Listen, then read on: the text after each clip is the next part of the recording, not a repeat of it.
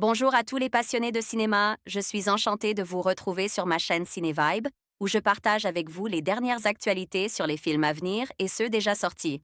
Pensez à vous abonner pour ne rien manquer des nombreux contenus captivants à venir. C'est Bonjour à parti! tous.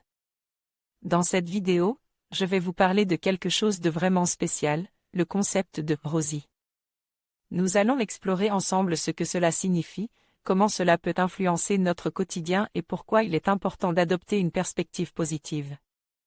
Je partagerai également quelques astuces pour intégrer cette philosophie dans votre vie.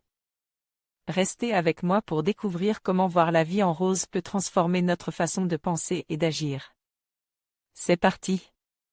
Rosie. Gaumont Distribution documentaire date de sortie, 5 janvier 2022 durée, 1h26 à participe à Angoulême 2021 Sarlat 2021 site officiel. Un trip égocentrique qui partait pourtant d'une bonne intention. Alors étudiante, Marine, 21 ans, observe soudain un rétrécissement de son champ de vision. Le diagnostic tombe, elle est atteinte d'une maladie auto-immune incurable, la sclérose en plaques. Cette maladie qui fonctionne par pousser l'entraîne à trouver un médecin qui lui parle avant tout à elle. En 2015, à la surprise de ses proches, elle décide de se lancer dans un voyage de 9 mois, traversant 3 pays, afin de trouver un nouvel équilibre.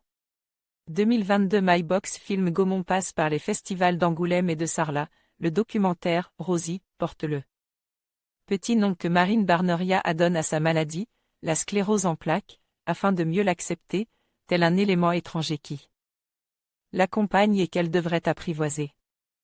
Commentant d'emblée à l'image sa propre situation, l'auteur tente d'expliquer dans un flot agite de paroles, ses choix de l'époque. Tout en montrant quelques images d'avant le voyage, et en interviewant en vidéo sa sœur, sa mère et son père ou son petit ami, pour recueillir leurs réactions, espérant aussi une prise de recul sur un passe-passe ancien, la nouvelle était tombée comme un coup près en 2015. Ces interviews s'estomperont par la suite face aux vidéos filmées lors du voyage, pour mieux revenir avec la conclusion. Trop, loquace, Marine Barneria, passe de l'enthousiasme à la rage, face à une maladie qui engage son destin, et explique sa décision de partir parcourir la Nouvelle-Zélande, pour éprouver son corps lors de randonnées qui la mettent face à une nature immense. La Birmanie, pour tenter de trouver une sérénité d'esprit, en suivant notamment une cure de méditation et de silence, que l'on veut bien croire comme étant très compliqué pour elle, vu son débit de parole, et la Mongolie, pour explorer une certaine forme de spiritualité. Malheureusement le choix des lieux éloignés, la présence d'une cagnotte en ligne, certes signe que sa maladie attouche de nombreuses personnes. Comme le peu de rencontres relatées au final, amenuisent considérablement la portée espérée du documentaire. Un choix de lieu en France ou proche, randonnée dans les Alpes ou les Pyrénées, retraite dans une abbaye ou une autre institution. Avec des voyages potentiellement accessibles financièrement aux malades lambda, aurait pu avoir une portée universelle. Mais pas même l'ombre d'une évocation de pistes alternatives dans Rosie, qui reste désespérément centre sur le cas particulier de Marine, alors qu'elle admet elle-même avoir découvert son niveau d'ego. Et c'est bien là que le documentaire perd peu à peu en crédibilité.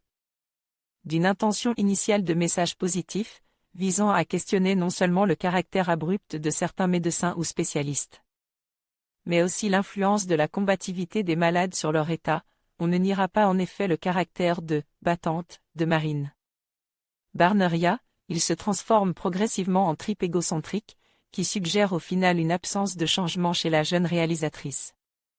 Totalement contradictoire avec le discours sur son apaisement issu du voyage, elle est d'ailleurs apaisée de dingue. Comparer les interviews d'après et avant le voyage monté ici, montre la jeune fille toujours aussi bavarde et nerveuse après son retour, faisant douter du moindre bénéfice, hormis peut-être une ouverture au monde et aux autres, de ses passages en Birmanie et en Mongolie. Pire, si avoir la rage face à la maladie ou face à certains médecins insensibles et peu diplomates, le rapport direct à ceci n'étant cependant jamais montre, la fin du métrage vient contredire de manière assez malsaine les analyses médicales qu'elle a subies au retour, et laisse place à un accès de rage du père, Pierre Barneria, qui n'est autre que le réalisateur du controverse « Hold Up », qui suggère un mépris profond pour l'ensemble du corps médical. Une bien mauvaise idée de tenter de faire du cas de Marine, partie sans traitement en voyage pendant des mois, un cas universel, incompris par la médecine, en l'érigeant comme modèle éventuel de rébellion. Au final, en restant centré uniquement sur la jeune fille, le film ne fait qu'effleurer son délicat sujet, et finit même par faire douter le spectateur du stade dans lequel est l'auteur, aujourd'hui âgé de 27 ans, face à la maladie. Apaisé en acceptant pleinement Rosie, ou encore en pleine phase de déni. Chacun pourra rester perplexe, aussi sympathique que soit la jeune et charmante protagoniste, aujourd'hui devenue journaliste. Olivier Bachelard envoyait un message au rédacteur Pierre Barneria: votre note, votre pseudo, votre commentaire. En conclusion, le concept de « Rosie » nous rappelle l'importance de voir le monde à travers une lentille positive. Que ce soit dans nos relations, notre travail ou notre développement personnel, adopter une perspective optimiste peut transformer notre quotidien. En cultivant cette attitude, nous pouvons non seulement améliorer notre bien-être, mais aussi inspirer ceux qui nous entourent. Merci de nous avoir rejoints dans cette exploration, et n'oubliez pas de partager vos propres réflexions sur le sujet. À bientôt pour de nouvelles découvertes.